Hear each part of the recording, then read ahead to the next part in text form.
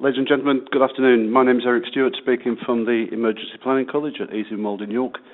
Most of you, I think, have now signed in. Thank you, and are very welcome to this webinar this afternoon. Hopefully you're the same as me and looking out the window at beautiful green fields and surroundings. I suspect that's not the case for some of you. Okay, my name is Eric Stuart. I'm the host for today. This is my background, for those of you who can see it on the screen. I was in the Metropolitan Police for 33 years, retiring in December 2012. I was a public order and event planner in Hackney for 3 years before moving on to New Scotland Yard and in Notting Hill Carnival and New Year's Eve, and then doing most of the Central London events until 2010 when I took over and started planning the London Olympic Torch Relay. I'm currently a crowd safety manager. I have my own company, but I also work as an associate at the Emergency Planning College. I run occasionally the Festivals and Mass Gatherings course, although that's recently been taken over by someone else. Crowd movement, modelling and management, and will be writing this street events course. I'm also the co-author of the National Guidance on Safety Advisory Groups, which we hope will be published this month, all being well. Can I ask you to look at the top of your screens, please, and there is a green button. I won't be able to hear any questions you ask today, otherwise we'll end up in a situation with everybody talking over the top of each other. So what we're going to ask you to do is to type any questions. If you can tab that green tab, click on chat box and make sure you've selected all panelists. So the green tab, chat box, and select all panelists. That means everybody will be able to see what you're saying. What we will do, if there are any really urgent questions that come up during the course of the session, we will try to answer them as we go along. I have Richard very kindly sitting next to me who's monitoring those questions. If anything looks really pressing and it's a matter of clarity, we'll do those as we go. If we run out of time, we will catch up with them, and all of the webinar and the questions and answers will be available from probably towards the end of next week back on the website. If there are any specialist questions, one-off questions, then I'll deal with those directly and just send it directly back to the person who's signed in. Okay. So this is my background and some of the events that I've been involved in. I was the principal planner and planning lead for Notting Hill Carnival, the Olympic Torch Relay, St Patrick's Day and other parades in central London, protests and demonstrations, the Pope John Paul Polish commemoration, which most people don't know about, but I will speak about later about how you can get badly caught out. And I'm currently the ELAP manager for Tour de France, the third leg, which will be in London in July, and I'll explain the role of the ELAP manager and how that fits in relation to what we're talking about today.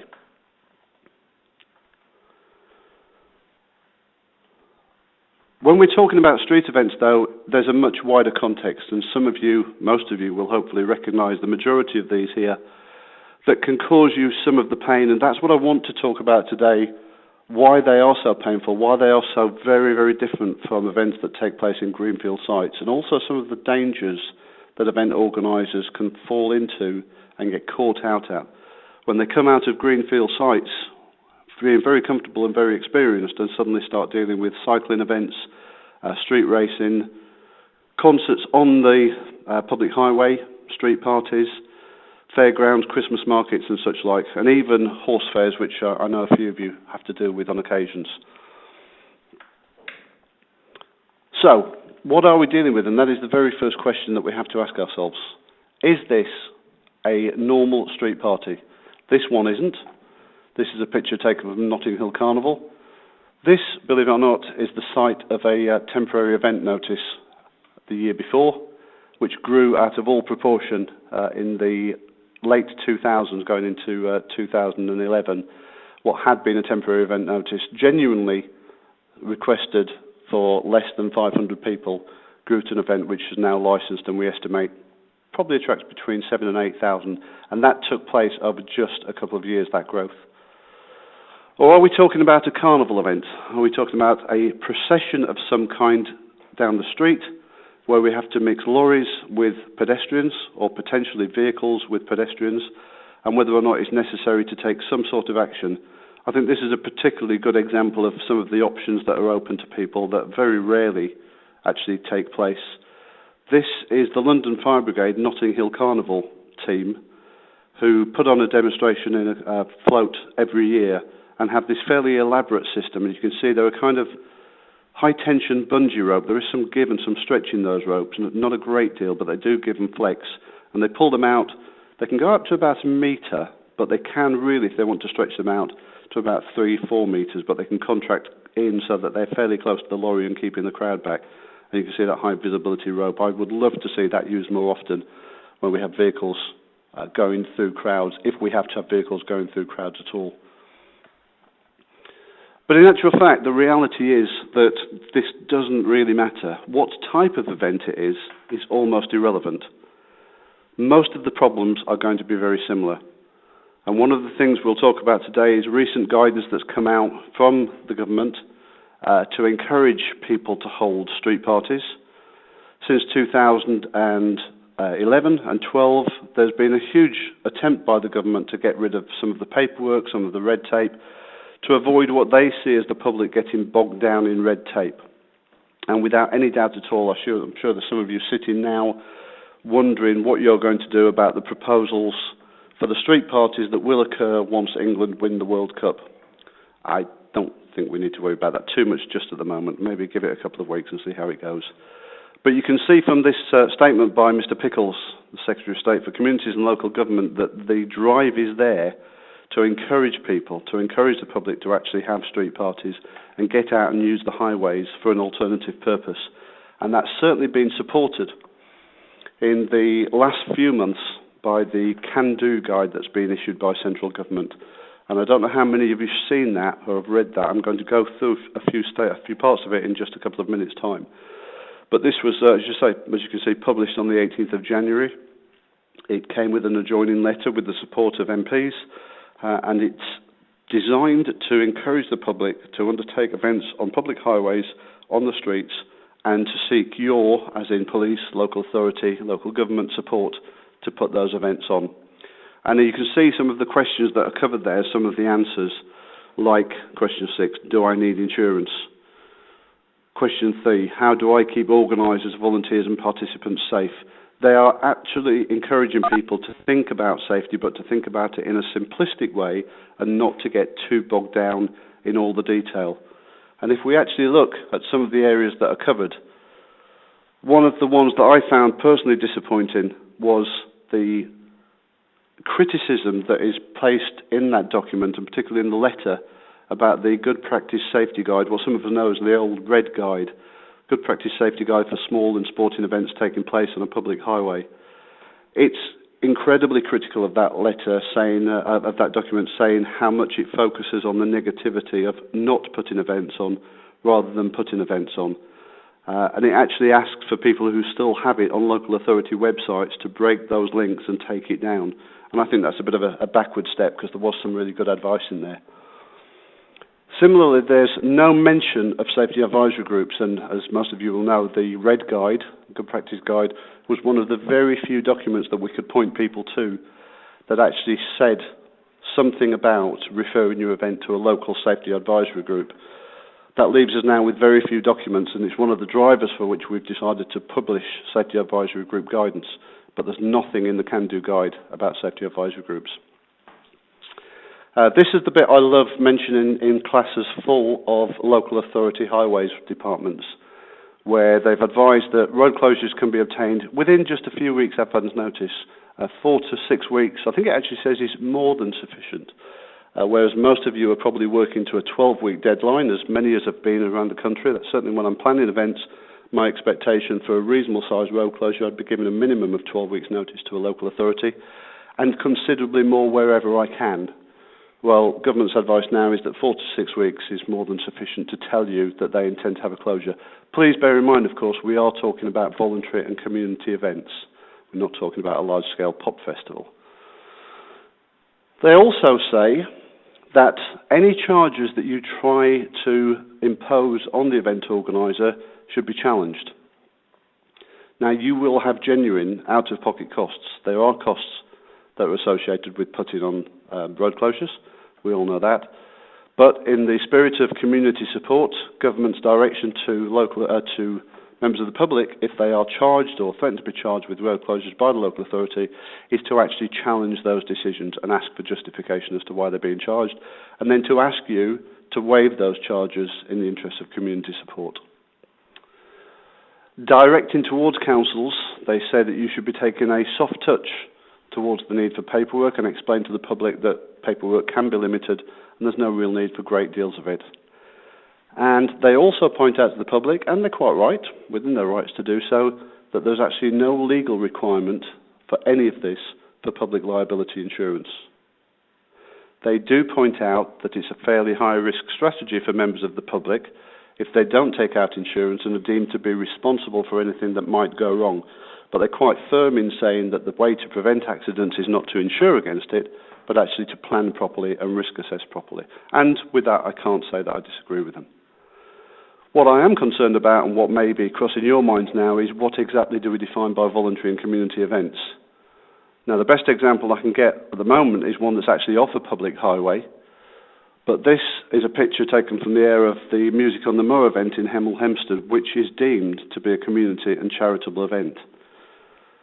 If an event of similar size was taking place on a public highway, I would hope that nobody would think that the good practice guide for community and charitable events should apply to this event. It's clearly a reasonable sized pop concert with local bands, but fairly high profile local bands, and good numbers of people attending with all the associated issues of crowd dynamics, crowd flows. You can see particularly difficult sites surrounded by a river, but with bars, with stewards and everything else. And it's exactly what you would expect of a smallish sized pop concert. I hope that there is no expectation that that could go out onto the streets and be classed as a small community and charitable event. One of our other significant problems at the moment, of course, is what most would describe as the police withdrawal from events. Now, this has been driven by a number of things and is different in different areas. The level of withdrawal varies from town to town, city to city, and county to county. It's driven partly by a fairly old piece of guidance from the Association of Chief Police Officers, the Guidance on Public Safety Policy 2009, which has been revisited at the moment and is being redrawn up, I'm assured, by the College of Police, and will not have any significant differences. It'll just be slightly modernised.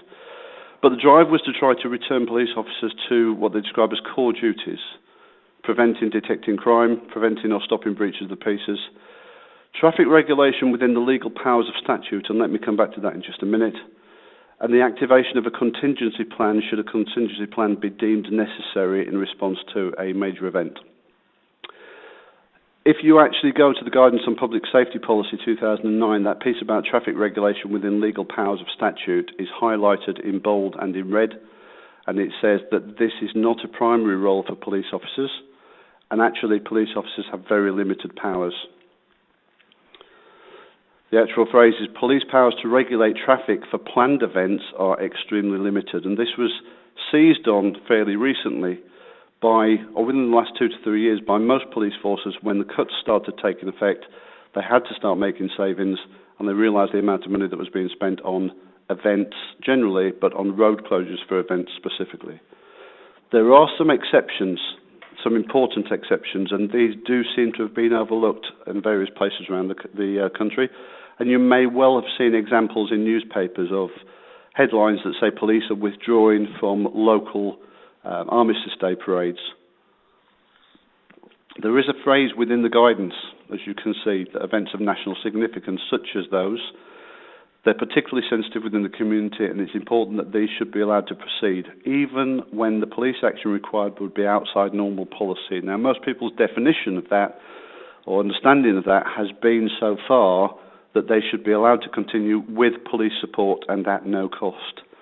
And the recent count, I would say, it's around about 90 to 95% of the country that has continued in that way, but there are certainly some that have withdrawn policing from them or suggested that there should be a charge incurred when that occurs. That takes us on to the other and even more tricky part at the moment, the special services, or charging for special services. ACPO's paying the bill and paying the bill to documents were the ones that brought those to a head. And certainly in the last 2 to 3 years, after the numerous court cases, there has been an increase in the number of police forces charging for what had previously been non-chargeable services in terms of policing. A lot of those relating to highway closures or road closures. And of course, what's that meant is that the People have had to start looking in more detail as to how road closures were taking place, because previously the police have just done it for them without any questions asked. And the police did have some powers to do that. In London, particularly, they had Section 52 of the Metropolitan Police Act, Commissioner's Directions, as it's called there. And that power is still in existence. I think it's fair to say, though, that it has been withdrawn to the extent that many people don't even know of its existence now in many parts of London. There is a real fear on the part of the Metropolitan Police that that act is so old, as you can see, it's 1839.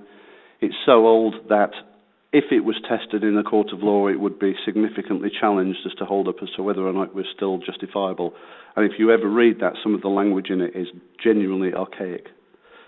Outside of London, a similar piece of legislation, much of the wording being the same, is the Town and Police Clauses Act of 1847, and that's one that's used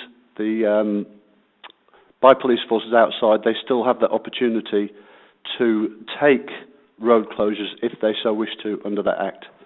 If you just bear with me 1 second, guys, there's a question just come in relation to Armistice Day Parade specifically. The question is, or the proposal is that I understand that most forces provide a community reassurance presence only, road closures having not been part of the police response to the type of the event. Yeah, and that depends very much on what you had before this guidance was written and what the situation was. Where road closures were placed by police officers, in many cases they still take place by police officers at no charge. In other areas they provide a community reassurance role, but those officers might happen to be standing in the middle of a street in a yellow jacket with their arms outstretched at the point that the procession goes past. But on paper they're there in a community reassurance role. And I think one of the problems across all of this is the lack of consistency across the country. And I don't blame the police force for that. Don't blame ACPO for that. Nobody's blaming anybody. It's just that because there's been no clear, specific instructions or directions, police forces have had to almost make it up as they go along, and there's been quite significant variance as to how they do it. We then have the various, and I've just included one here, the Traffic Management Orders, Section 16A of the Road Traffic Regulations. I think what's surprising for me is where some counties are absolutely adamant now that it must be a Section 16A road closure for an event if the event's taking place on a highway, and that's the rules. That's what the rules say. There are other police forces across the country, particularly in the southwest and the northwest, that seem to be advertising, if you look at their websites, the opportunity to use the Town and Police Clauses Act for smaller scale closures and medium-sized closures at no cost. So the local authority advertises it as a power that's available to them with police permission, and the local authority undertakes all the paperwork and the administration, seeks the police permission, and once it's granted, the roads are closed under those regulations. Most places, though, now seem to be going slowly but surely towards the Section 16A road traffic regulations, and I'll just mention now in passing, because I think this is going to become more significant, the Cycle Racing on Highways regulations of 1960 is amended by the 80 and 95 Act. Those of you that don't have cycle races at the moment might want to go and dig that one out of the library, because there are more and more cycling clubs starting all over the country, more and more requests coming from all over the country for cycling, and I've got absolutely no doubt that once the Tour de France has gone through this country again and ripped through the heart of Yorkshire, Cambridgeshire, Essex and London, there'll be even more cycle clubs forming up and wanting to actually race on the highway. And there are certainly plenty of supportive organisations in terms of cycling organisations who will help them to propose to you that it's feasible to do cycling on the highways. So that's a piece of legislation that's also worth having a look at. As is Section 115 of the Highways Act 1980, which gives councils powers to place structures, stalls, etc. on the highways, and that's what most use if they want to put stalls along the highways, such as market stalls and things for Christmas markets and what have you. And then the final piece of legislation to look at is the Traffic Management Act, and that's one that's, the 2004 Act is one that's overlooked sometimes. It does give local authorities power to consider and impose changes where they deem it necessary to stop the impact of things that are taking place on or elsewhere from the highway, to stop it having an impact on their strategic traffic network. To the best of my knowledge, it's not been used yet against an event, but I know it has been discussed in safety advisory groups. I wonder if it'll be long before it actually gets used. That takes us on to where we've developed to. In terms of police stepping further and further away, we now have to look at the powers and the opportunities, if you like, that have been brought in by CSAS, the Community Safety Accreditation Scheme. Albeit introduced in 2002 as part of the Police Reform Act, in terms of road closures and the use of stewards to close roads, it was barely even mentioned until 18 months to 2 years ago in most parts of the country. And that, unsurprisingly, coincides with the time at which police announced that they were going to be doing less and less.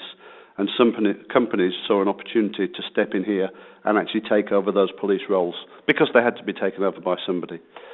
So it coincides with the withdrawal and the increase in charging for police at events.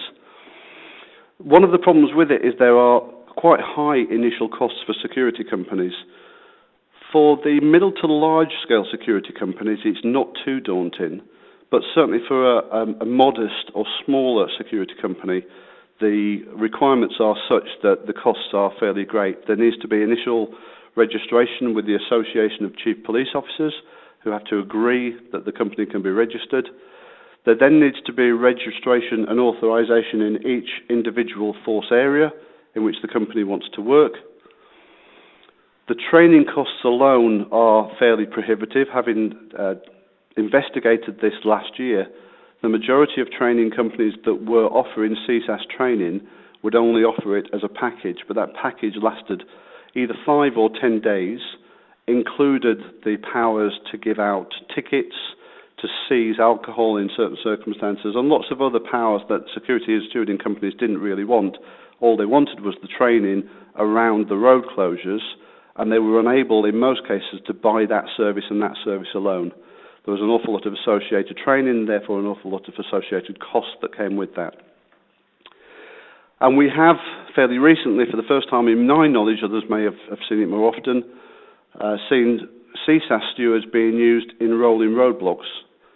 So rather than standing at the end of roads and keeping them closed all day, they're actually now in a position where they're using the rolling system that police used to use for a small demonstration or protest, where they'd have a vehicle ahead and a vehicle behind, and people perhaps walking or cycling alongside to shut the side streets as it went past. It's the sort of thing we did in many parts of the country with the Olympic torch relay, where it simply wouldn't have been practical, and we didn't want to close roads for long, long periods of time. I know that some of the towns and cities had to do that because of the numbers of people that were there, but in many cases the torch was passing through a village in the space of just 2.5 or 3 minutes, and there was no need to put full road closures in and no requirement to do that. All that would happen was that the rolling road closure would come in as the torch rolled through and out of the other side, and then roads would reopen again. And if you just bear with me 1 second, we've got another relevant question coming in.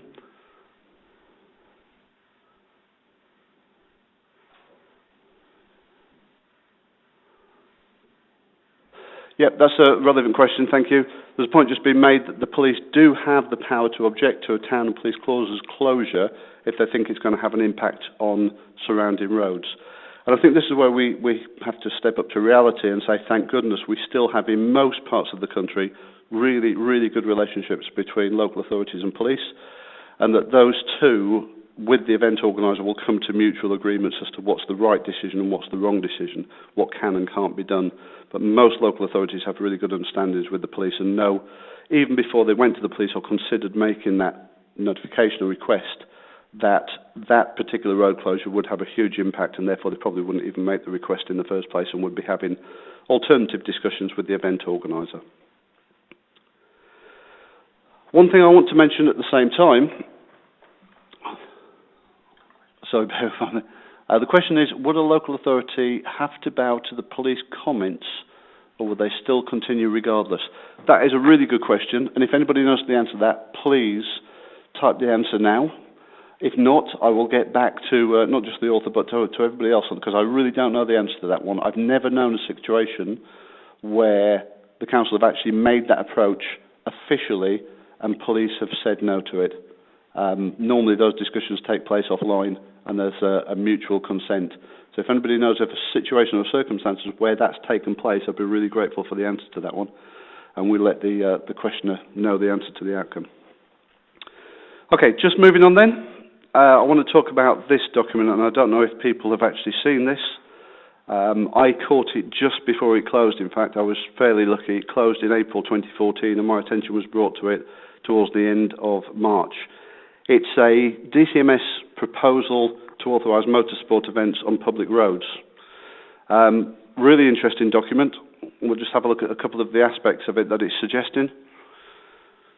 Seeking to propose to permit motorsports events including the stages of rallies, hill climbs and trials of speed on public roads in certain circumstances. As most of you know, currently you cannot race a vehicle on a highway. That's not permitted. If you do have any sort of event that involves vehicle on public highways, they have to be incredibly well controlled, and there's no official form of racing that takes place. There have been a couple of instances where Formula One vehicles have appeared on the streets. One was in London in 2007, I think I'm right in saying, when they had a parade through the streets of London where allegedly all speed limits were kept to. I think it was just the engine noise that was particularly high that must have made them seem like they were going faster. And there was a further one about 3 years ago, 2 or 3 years ago in Milton Keynes, a celebration welcome home to the Red Bull team, which caused some interesting challenges for the Council of Central Milton Keynes as it drove along the avenues and boulevards of central Milton Keynes. But this proposal is to give you as local authorities, assuming you're all local authorities, the power to suspend speed limits and any other associated traffic regulations in the right conditions. It looks like Scotland and Wales will comply if it goes ahead, although that's yet to be seen. Obviously the vote later on in the year in Scotland could change things quite significantly. But it makes you wonder whether this is the sort of site we might see in England sometime in the next 2 to 3 years. I know there is certainly a strong desire to see that by many parts of the country.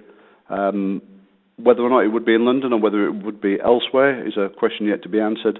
But the first thing they need to get through is the decisions as to whether or not that consultation has been successful and whether or not people are generally in agreement that suspending the regulations to allow this to take place and to allow us to see these sort of sites, if you want to see those sort of sites, on the streets of the United Kingdom to take place. I think, unfortunately, the timing of the guidance of the discussion paper probably couldn't have been much worse. As most people know, there have been yet another fatal motorbike accident during the Isle of Man TT, one of the few places where we do have road racing. Tragic accident in which Carl Harris was killed, and 3 people killed up in Scotland just a couple of weeks ago at the Jim Clark rally, where one of the vehicles left the road and ploughed into spectators. And I think both of those incidents, if I'm right in saying it, came after the consultation paper had closed. It would have been interesting to see if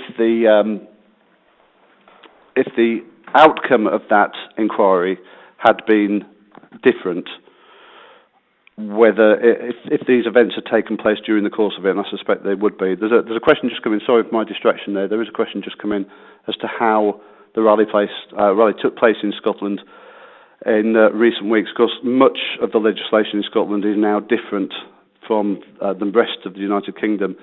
Welsh legislation is almost exactly the same as ours. There have been very, very few changes, but both Northern Ireland and Scotland have got quite significant differences in terms of what can and can't be allowed in certain circumstances. Yeah, going back to the consultation, I think best the last word be left with Alan Johnson, the rally press manager. If you are going to have to, or if you're going to have motor racing of any kind on your streets, you have to accept that they come with risk.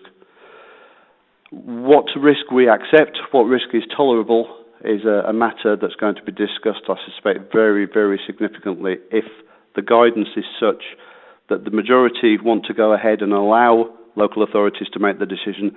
But what is good to see is that central government is not trying to make that decision for you. Central government is saying this discussion paper is about allowing you, if you wish, to suspend the legislation that currently prevents it taking place.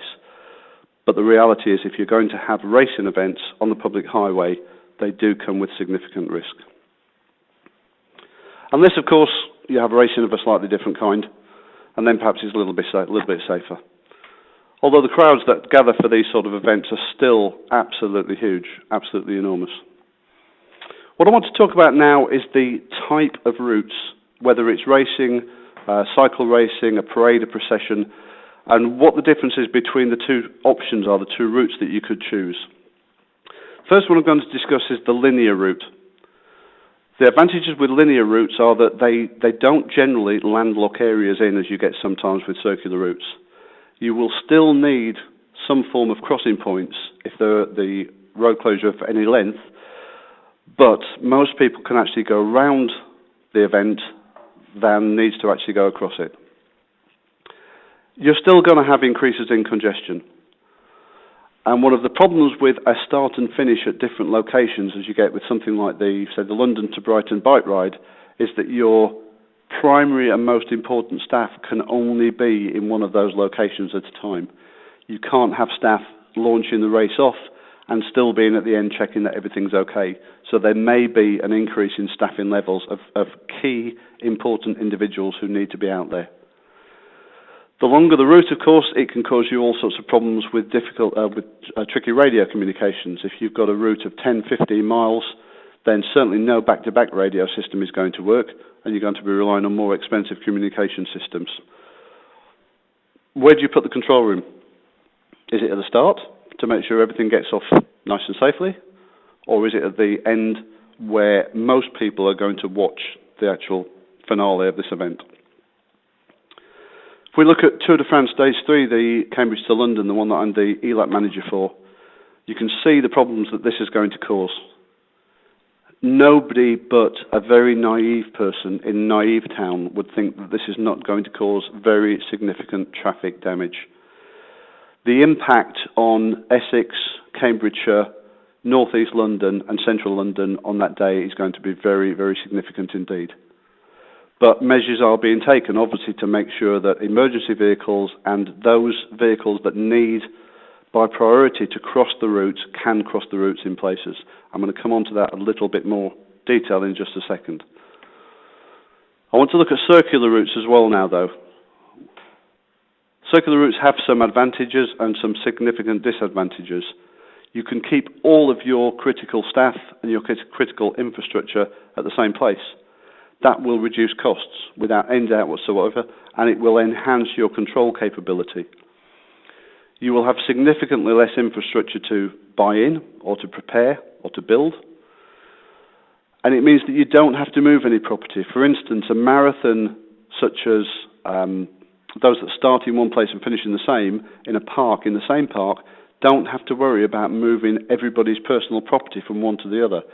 But if you look at the London Marathon or the Brighton Marathon, the impact of trying to move thousands of athletes' personal property and clothing from the start point to a finish point miles away is absolutely huge. As well as having roads closed by the marathon itself, you've also got large articulated lorries that are having to move from that start point after the race has started and then arrive at the end point well before the race finishes. And that can cause all sorts of challenges, which if you've got a circular route, you don't have to worry about at all. It also negates the need to move VIPs if those VIPs should have chosen to be at the start and at the finish. It's a fairly little known fact that the actual distance of the marathon route was set at not the last London Olympics, but the one before, because Queen Mary wanted to see the start of the marathon and also the finish. So they diverted what would have been a 25-mile route, made it slightly longer to 26.2 so that she could move from the start to the finish point in central London and see both parts of the event. And it will help you if you do have VIPs, if you've got a particularly high-profile event and they want to be at both sides. The circular route tends to mean that you can cut down on staff. The staff that you used at the beginning will also be used at the end. They can have a rest period in between and then move into post-event duties in the same location. But it also means that staff that were on the first early stages can be just walked fairly short distances to the end stages and be reused there. And it means you can have one control point at the start and finish with really good command views. And we see an example of that if we look at the Tour de France Day 1. Not exactly the same start point, but you can see how easy it will be for them to move their people from the starting point to the end point. But you can see there also that the very few people that are in the middle of that area that's circled are virtually cut off from the rest of Yorkshire. They really are going to be isolated in the middle there with only one escape route if the roads stay completely closed for the best part of the day, some of them which will. Another example of a completely circular route, and probably the worst example in many cases, not of the event, but of a completely circular route, is Notting Hill Carnival. Just to explain this map for those that haven't seen it, and I know there's a few online that certainly have, the external red line, the broad red line that you can see, is the traffic exclusion zone. That's all vehicles other than those that are involved in the carnival itself, so food suppliers, ice cream stalls, the carnival floats themselves, and emergency vehicles. All vehicles are excluded from there for a period of about 60 hours. It's the 2 full days of Notting Hill Carnival, and the clearances start the day before. The dotted green line, the arrowheads that you can see, is the route, the very long stretch up the left-hand side along Ladbroke Grove and then turning right. And as you can see, a completely circular route, and even worse in many ways, it actually doesn't have a start and finish. The organisers can permit floats to arrive at any one of 7 or 8 joining points and leave at any one of 7 or 8 exit points. It's a very difficult one to cover. But if you have a look at that circular route, you have some issues. Inside that traffic exclusion zone, you have a St Charles Hospital, an urgent care unit right inside the TES, right inside the traffic exclusion zone. It's also a kidney dialysis unit. You cannot leave people excluded from the kidney dialysis unit for 60 hours. It's simply not possible. So you have to put in special arrangements to make sure that those people can get in for their dialysis. But look at the tens and tens, probably hundreds of thousands of residents that are also trapped inside there. They either can't get their vehicles in or they can't get their vehicles out. And certainly if they want any form of delivery, it won't be taking place over the course of that weekend. It's extremely difficult, and we have to manage that very, very carefully, especially for those few people that choose Notting Hill Carnival weekend to be a good day to get married within the area. That's always a challenge. And also in there are going to be hundreds of people, possibly thousands, who will need urgent care. Now, define urgent care. If you're a very hungry elderly person, then your Meals and Wheels service is definitely urgent care, because you can't do without that for 60 hours. Physically not possible. One of the other problems we get very regularly, we see, and I've picked my own local town here, but this is not an actual event, I promise you. It's purely an example. But what we do see when we quite often see initial plans come through event organisers is road closures in place like this. So the red blocks would be where they think it's appropriate to put in the road closure. But if you were on the left-hand side of that map, in the bottom left-hand corner, and you'd come up from the bottom of Hitchin Street and turn left into Teal Road and got all the way to that road blockage at the High Street, you're going to be one very, very grumpy punter. You're going to be a very unhappy person. You're probably going to be one of those that's complaining to the council on Monday morning that it took you an hour longer to make your journey than it should have done. It is surprising how naive some event organisers are and how often we see that sort of effect, whereas what we should be looking for is something more like that, where the road closures actually take place further out and give people the option to turn around with advance warning so that they know the roads ahead of them are going to be blocked, and they turn around well before they get anywhere near the actual event itself. I did say earlier that I'd talk about ELAPs, Emergency Local Access Points. And if you have a significant route, a route of any length at all, you really have to start thinking about those ELAPs. And the emergency is actually the smaller part of that. Yes, of course, it's critically important to get ambulance, fire and police through if they need to an event or to an incident that's taking place on the other side of the route. But what about all the other people?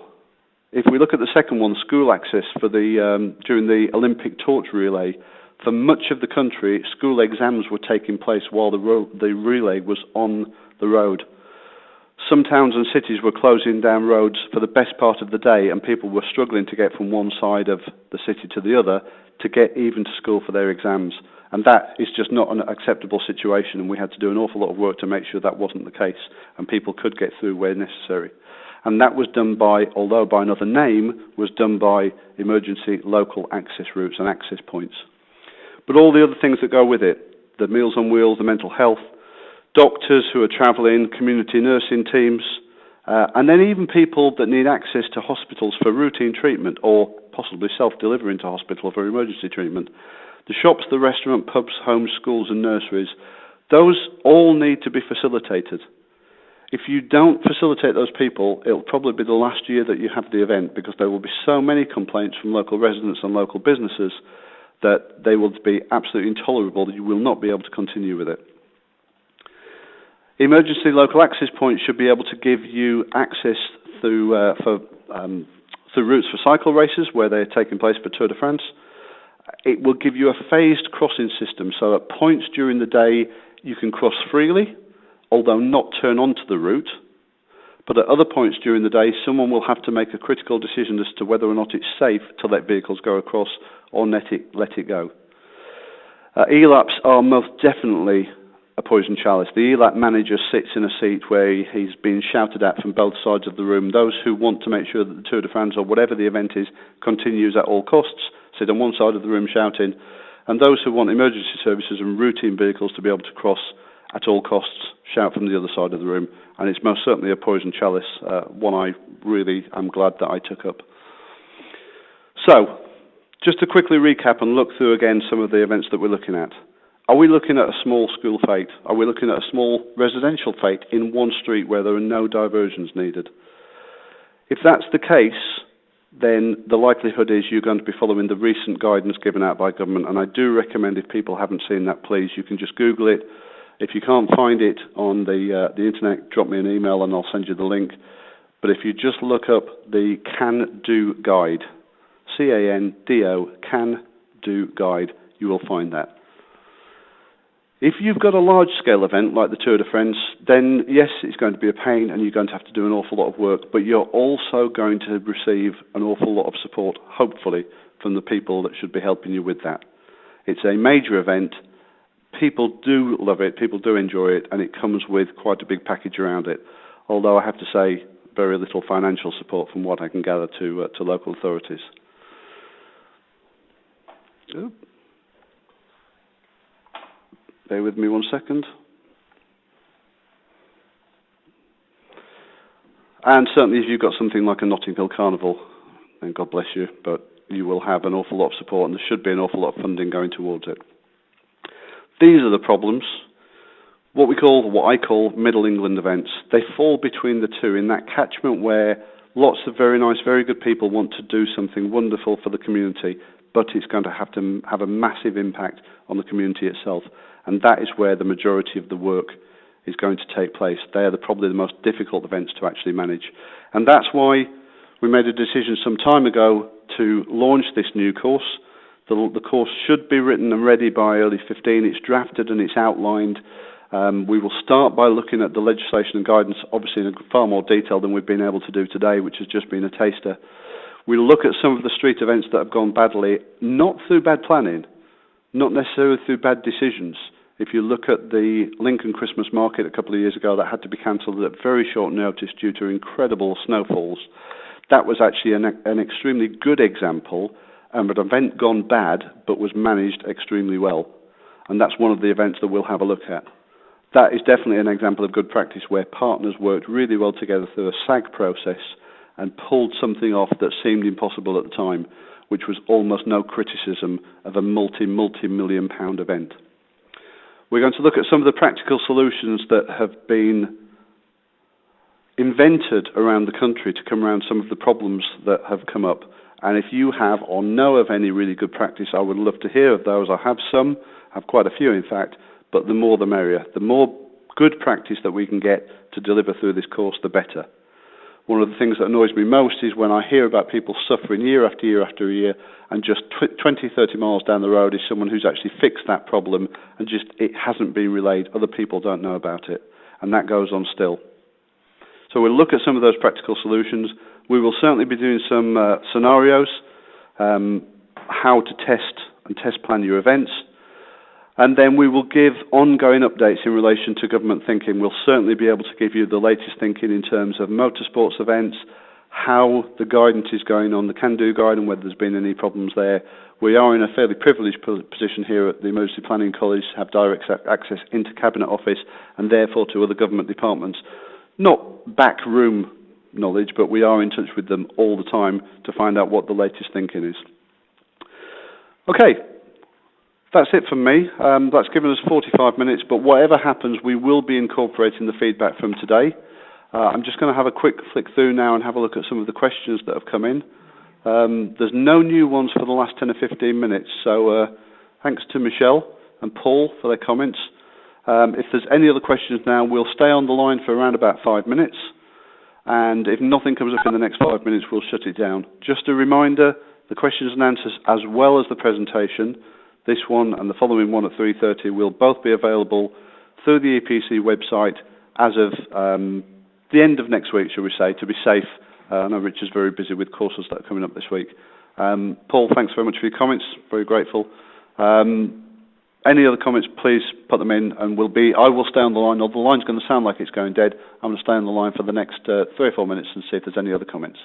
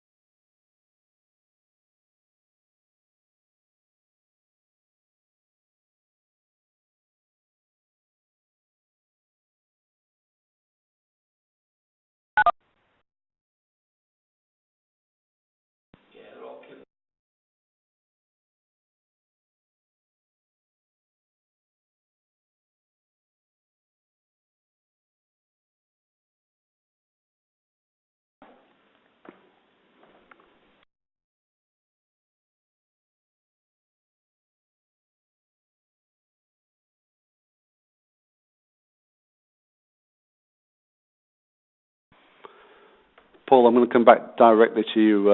I've got your email, and I'll come back directly to you on that question. Thanks very much. And Al, thanks for your comments. Very grateful.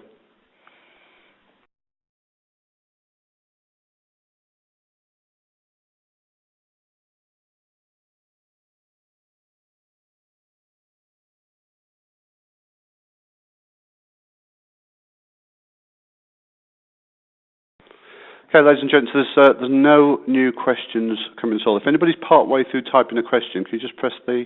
Thanks, Michelle. Good timing. Was there any key learning from the Olympic torch relay? Yes. Yes. I need to do another one because I could do with losing another 3 stone like I did just before the torch relay. I'll never grow my hair back again.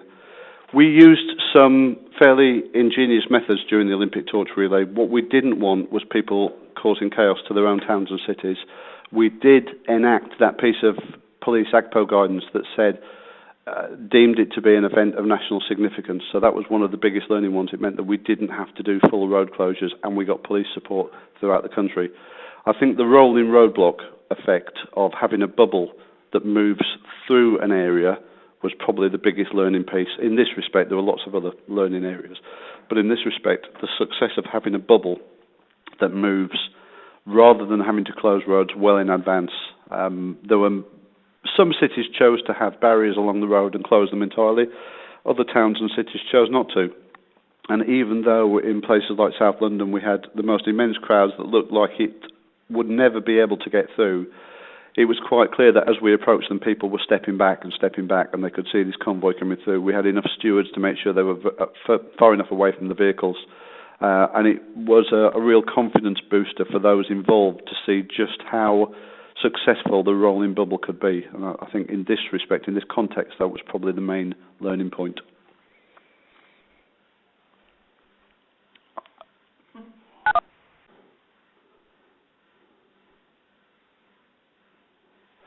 Okay, Michelle, for those that are still on, Michelle's just asked, do you know who's responsible for Remembrance Day parades, councils or Royal British Legion?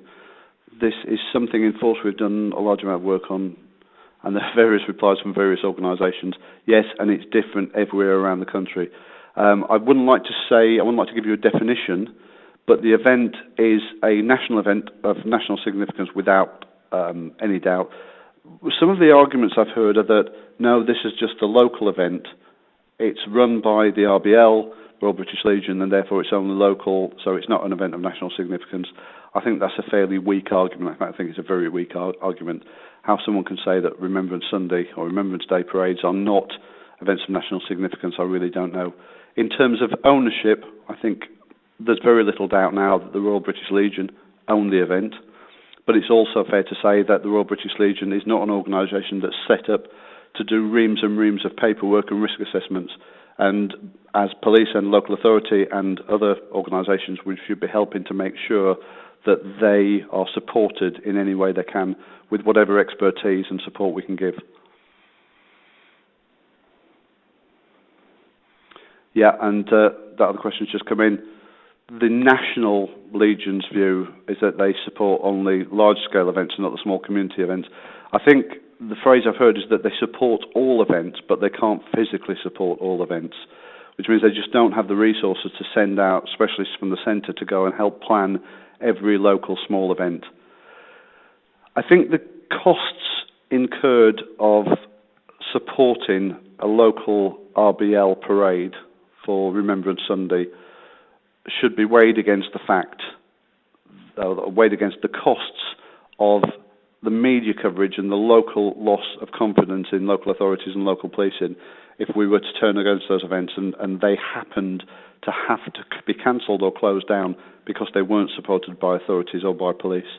And in terms of risk assessment, we always talk about physical risk assessment. There's another risk assessment here that needs to be done, and that's the one of reputational damage to the organisations that would be suffered if we get ourselves splashed all over the media because our actions cause an event to be cancelled of this nature.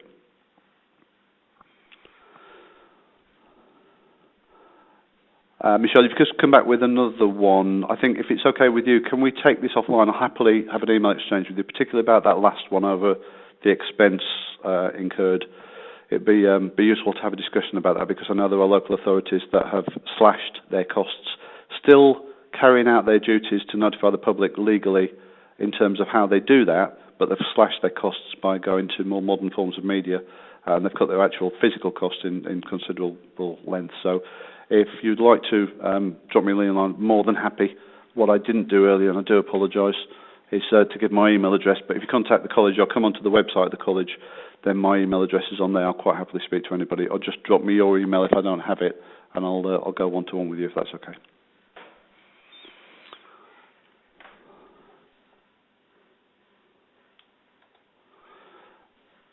Okay, I'm seeing no new questions coming up now, and we apologize, we have to start preparing for the next one. My email address is on screen there. It's ericsstuart@aol.com. Please, by all means, send me any suggestions or proposals. I'd be very grateful if you do. Thanks very much for your attendance this afternoon, ladies and gents, and I'll speak to you soon. Thank you.